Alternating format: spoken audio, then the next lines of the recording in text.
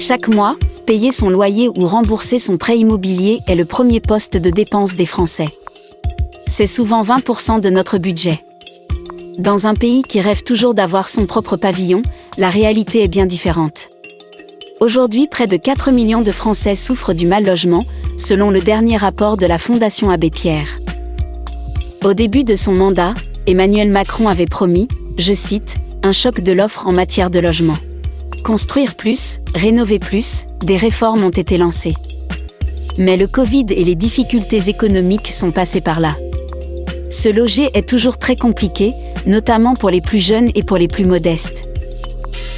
En réalité, quand on parle de logement, les inégalités sociales sont criantes. Et la lutte contre le changement climatique vient encore aggraver les choses. Alors comment construire plus ? Faut-il multiplier les logements sociaux ou les réserver à certains ? Comment rénover pour lutter contre le réchauffement climatique ? Ces questions divisent les candidats à la présidentielle. Bienvenue dans notre playlist spéciale Logement.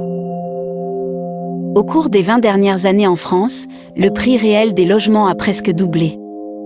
Un chiffre qui a de quoi inquiéter les propriétaires comme les locataires. Pour Henri Buzicazo, qui est membre du Conseil national de l'habitat, il y a plusieurs explications à cela. D'abord, une offre qui est très inférieure par rapport à la demande. La demande, elle vient de l'évolution démographique, elle vient de phénomènes sociologiques, décohabitation, mais aussi séparation des ménages, des besoins qui se sont fortement majorés depuis 20 ans, et une offre qui n'a absolument pas évolué à la mesure des besoins. Donc, un phénomène de tension très très simple. Puis ensuite, on peut, dans le détail, expliquer aussi que on n'a pas suffisamment construit de logements neufs, qu'on n'a pas assez mobilisé le parc existant vacant dans nos villes moyennes ou dans nos grandes villes. Voilà. Mais en tout cas, un problème de déséquilibre entre l'offre et la demande, tout simplement, qui a créé des tensions extrêmement fortes et ça a entraîné des augmentations de prix de loyer ou d'acquisition dans les mêmes proportions. Pour débloquer la situation, la plupart des candidats à l'élection présidentielle font la même proposition. Il faut construire plus, et vite. D'ailleurs, ça vous rappellera peut-être des souvenirs. En 2007, Nicolas Sarkozy promettait déjà une France de propriétaires. 15 ans plus tard, Valérie Pécresse reprend à son compte cette idée. La candidate des Républicains promet 500 000 nouveaux logements par an, dont la grande majorité pour le parc privé. Mais où en est vraiment la construction aujourd'hui en France ? Maude Descamps dresse un état des lieux. Après une très forte chute ces dernières années, causée notamment par la crise sanitaire, le nombre de nouveaux logements a fortement augmenté en 2021, plus 18% par rapport à 2020. Mais c'est encore insuffisant, juge Fabrice Lesachet, président d'Erigère, 3e bailleur social du groupe Action Logement en Île-de-France. Les gens ont besoin de se loger à un coût abordable. Et ça, c'est pas possible parce qu'on construit pas assez. Donc, on a des phénomènes totalement erratiques avec des prix très élevés, notamment de loyer, qui absorbent une partie importante du salaire des ménages et donc un problème de pouvoir d'achat. Un des objectifs manqués est celui des nouveaux logements sociaux. 104 800 constructions l'an dernier. L'objectif fixé était de 120 000. Pour les 5 ans à venir, le candidat communiste Fabien Roussel propose donc d'accélérer vraiment le mouvement. Son programme prévoit 200 000 nouveaux logements sociaux sortis de terre chaque année pour les foyers les plus modestes. Quand on parle de logement, il y a une abréviation qui revient souvent dans la bouche des candidats. SRU. C'est le nom de la loi sur la solidarité et le renouvellement urbain. Elle a été votée en 2010 et elle oblige les communes à avoir au moins 20% de logements sociaux sur leur territoire. La candidate socialiste Anne Hidalgo veut la renforcer en passant à 25% de logements sociaux d'ici 2025. Yannick Jadot, le candidat écologiste, propose même d'aller jusqu'à 30% dans les zones urbaines. À l'inverse, Éric Zemmour veut supprimer purement et simplement la loi SRU. Il s'agit, je cite, de limiter l'immigration dans les campagnes. De son côté, Marine Le Pen propose d'appliquer une forme de préférence nationale dans les logements sociaux. La loi SRU est une stupidité qui pousse les maires en réalité à essayer de mettre en place toutes les mesures pour éviter de s'y soumettre. Il faut, je l'ai dit tout à l'heure, la priorité nationale à l'accès aux logements sociaux. Les logements sociaux, nous les avons payés, nos parents, nos grands-parents les ont payés. Je pense qu'il est normal en France que les Français puissent avoir une priorité d'accès au logement social. Ça va avoir une influence parce que, en réalité, à partir du moment où un certain nombre de Français modestes pourront avoir accès au logement social, eh bien, on fera baisser la pression, en fait, sur le marché privé du logement.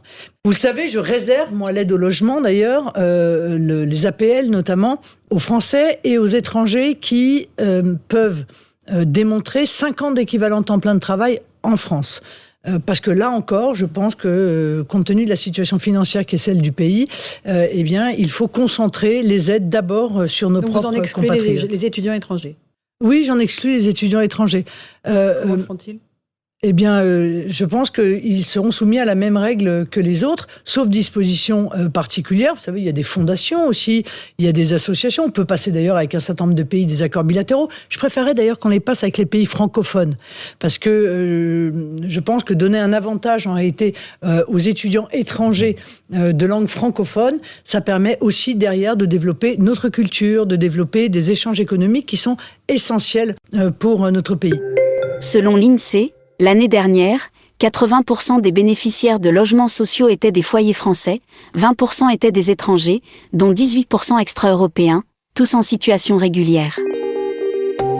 À la ville ou à la campagne, dans le privé ou le parc social, le logement révèle toutes les inégalités. En France, selon la Fondation Abbé Pierre, plus de 2 millions de personnes vivent sans eau courante, sans toilette à l'intérieur ou sans moyen de chauffage. Océane Théard a rencontré l'une de ces mal logées. Soyez bienvenue chez moi. 6e étage, l'escalier étroit débouche chez Fazia.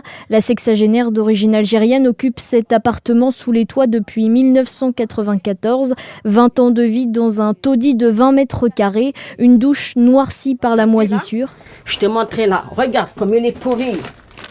Et des murs rongés d'humidité derrière une couche de papier peint cloqué. L'humidité, je l'ai caché, hein. Tu vois, c'est pas un logement. C'est un débarras. Le tout pour 482 € chaque mois, presque la moitié de ma retraite, souffle cette ancienne femme de ménage. Fazia rêve d'un logement social neuf qui lui coûterait presque 2 fois moins cher, mais cela est loin d'être facile. La sexagénaire attrape une pochette noire. Voilà. À l'intérieur, ses demandes de logements sociaux sont soigneusement classées, une par an. Depuis 2010, toutes restées lettres mortes. Et j'ai besoin d'un appartement comme tout le monde. J'ai besoin une chambre, un salon. J'ai pas demandé la lune. Des années d'attente interminables pour trop peu de HLM construits. En France, près de 2 millions de demandes d'accès à des logements sociaux sont toujours sans réponse. Pour ceux qui devraient dépenser plus d'un tiers de leurs revenus pour se loger, la candidate socialiste Anne Hidalgo propose de créer un bouclier logement, c'est-à-dire une allocation complémentaire. Toutes les inégalités autour du logement, c'est en tout cas une bombe sociale, selon l'économiste Robin Rivaton. La situation générale, je la résumerai en 3 points. Le premier point, c'est que le taux de propriétaires dans ce pays ne bouge plus depuis 15 ans, donc on n'arrive plus à accéder à la propriété. De l'autre côté, il y a une partie de la population, parce que le crédit était pas cher, qui a pu acquérir de nombreux biens, donc on a eu un phénomène de multipropriété chez la partie la plus aisée de la population. Et dans ce contexte-là, on a une baisse de la construction de logements. Donc on voit bien que dans un pays où la population grossit, où les besoins sont de plus en plus importants, une baisse de construction, alors même qu'une partie de la population n'arrive plus à être propriétaire, c'est une situation qui peut être explosive très rapidement.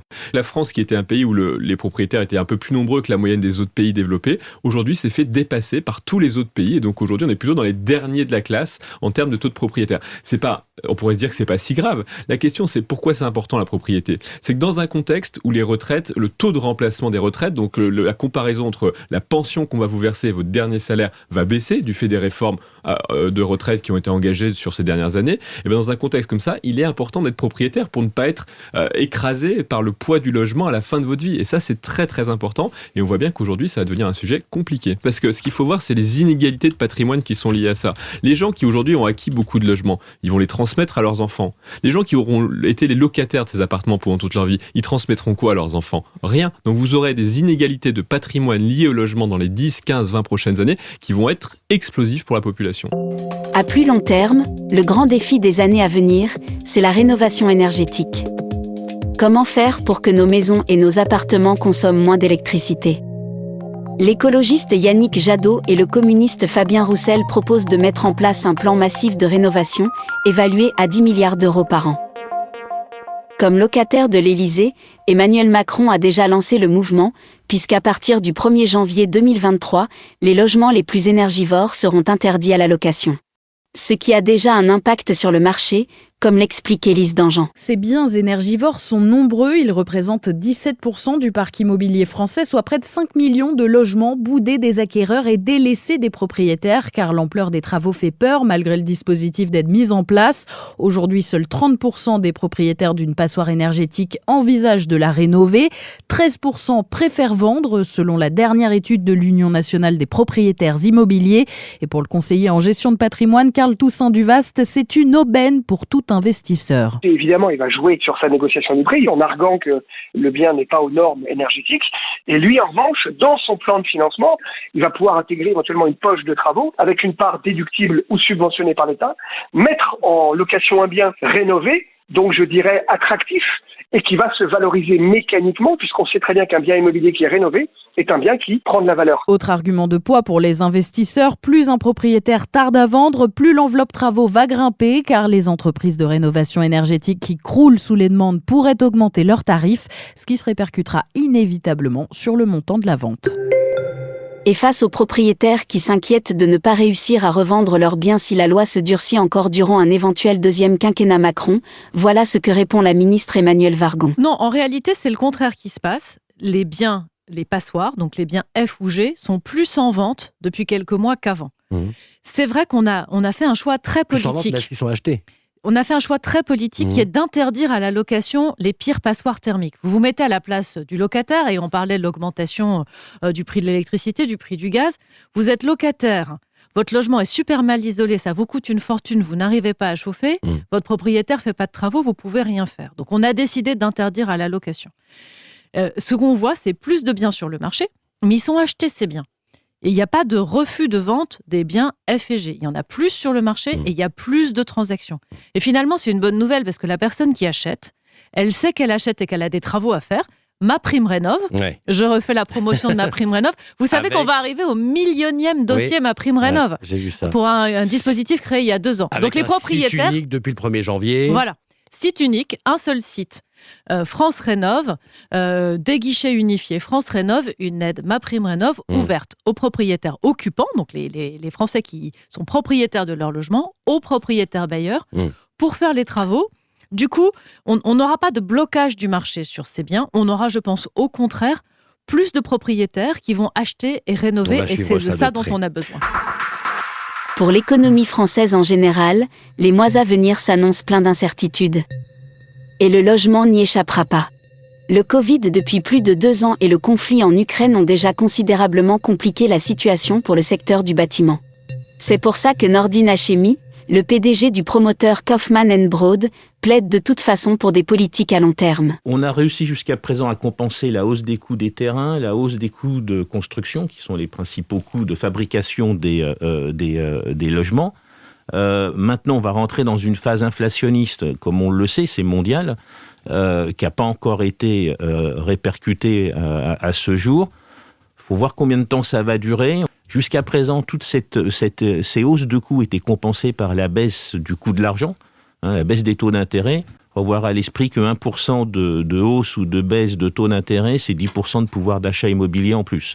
Donc ça peut être compensé jusqu'à présent.